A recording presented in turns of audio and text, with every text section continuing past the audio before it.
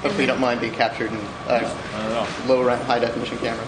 So one of the things I immediately thought of when I was watching Cars is, cars themselves have such personality. Yeah. And when you're kind of breaking a story like this, do you come up with a rough idea? Sorry about that, guys. Oh, no problem. Yeah, it's not on camera, so go ahead. So when you're kind of breaking the story in your mind, do you have like a rough idea of what the characters are going to be like, come up with a car, and then find a personality, kind of build a personality from there?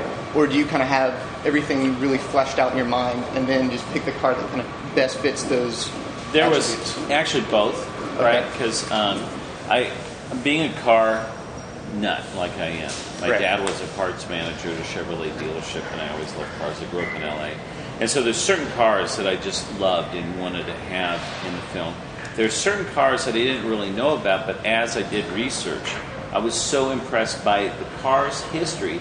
It kind of became a character, and it became the character's backstory. Doc Hudson, the Hudson Hornet, was that character really grew out of my interest in that car, and it was so interesting. But then there was also cars where we developed the character and the personality, and then kind of created a car around it. Sometimes we found an existing car, but other times we just sort of created a car that sort of fit it. Lightning McQueen made her. Flo is kind of made after those Motorama show cars, like General Motors and Chrysler and Ford had that toured around in the 50s, and we always thought those cars were a lot like showgirls, because they were just flashy and gorgeous and made men drool, So we thought, well, it's like a showgirl from that era. Did you have any characters that kind of went through iterations as different models of cars? Makes me realize. Flo, actually, what's interesting is first we had a need for a character that was the owner of the gas station. Now, looking at a world where there are, we wanted to make the world believable that cars are alive in this world, and so we decided to look at, what does a car need and what does a human need, find those parallels. And we thought, well, the obvious one is a gas station to a car is like a restaurant to a human. So we decided to make the little town gas station become the little town diner.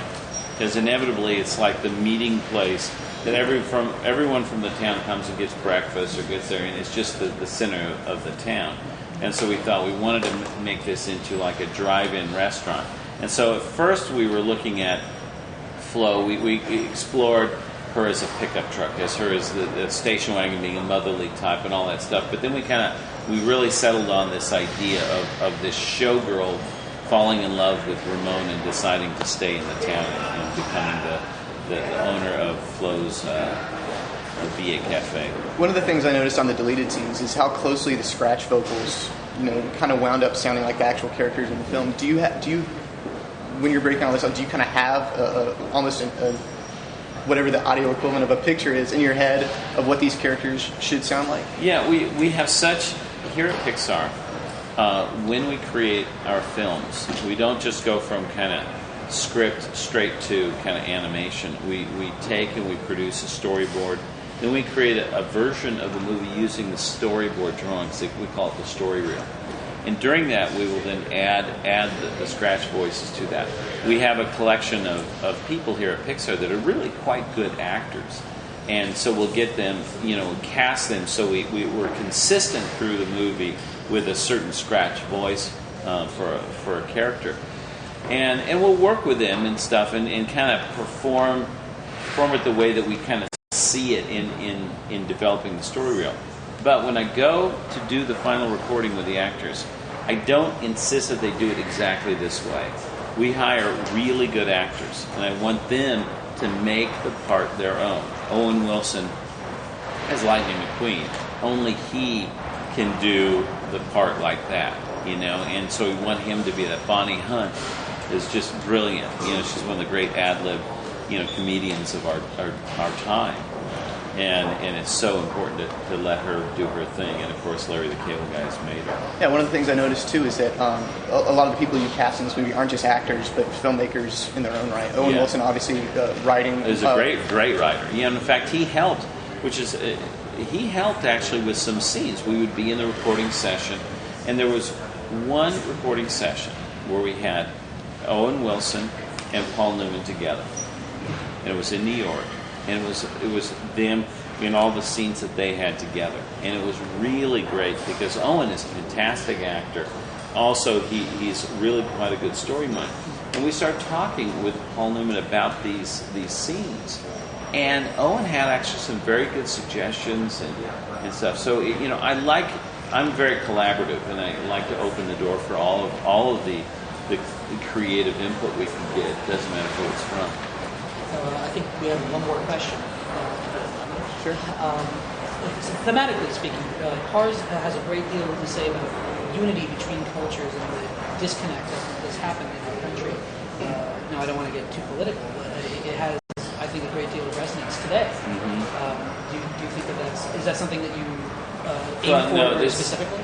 No, I mean, there's no political undertones in here. What it was more of a personal thing with me, in that I was looking at my own life, and I was seeing, through the whole 1990s, I was directing Pixar's first 3 movies, Toy Story, A Bug's Life, and Toy Story 2, and they were all overlapped. And I was working really hard. I had 4 of my 5 sons during this time too. And so I was just seeing how modern and crazy, busy life, it just can take hold of you, take control. And I think the people that were suffering the most were my family, And I just realized that how important balance is in life, right? I'm not saying that life in the fast lane is bad, but that alone, without family and friends around you, is tolerable. And I think that's what the story came, is for a character to learn what I actually learned, that the journey in life is a reward. It's important to have family and friends around you as you go through your life. And that's really kind of what the essence of the theme, what it is. It's a very personal story for me. Okay. Well, I think that's our time. I appreciate it. Yeah, thank you very much. Thanks for coming.